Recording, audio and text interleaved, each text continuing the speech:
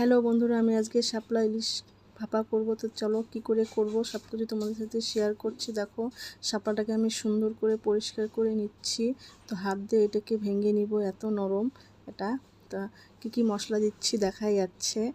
তো মাছটা আমি কাঁচাই করব। তো লবণ হলুদ তেল দিয়ে আর মশলাটা দিয়ে মাছটাকে আমি সুন্দর করে মাখিয়ে রাখবো, তাহলে মাছটা খেতে খুব টেস্টি হয়। আর এদিকে শাপলাটাও আমি লবণ দিয়ে মাখিয়ে নিয়েছি। তারপর এদিকে তেলটাও গরম হয়ে গেছে কড়াইয়ে। আমি এখন তেজপাতা, শুকনো লঙ্কা আর কালো জিরা ফোড়ন দিচ্ছি।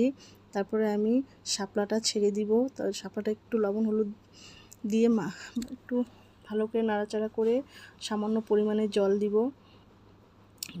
জলটা গরম হওয়ার পরে আমি এখন মাছগুলোকে ছেড়ে দিব। আর তোমাদের যদি ভিডিওটি ভালো লেগে থাকে তাহলে লাইক করো, আর তোমরাও বাড়িতে এভাবে রান্না করে খেও, দেখো খুব ভালো লাগবে খেতে। তো আজকে রাখছি বন্ধু, টাটা। দেখো আমার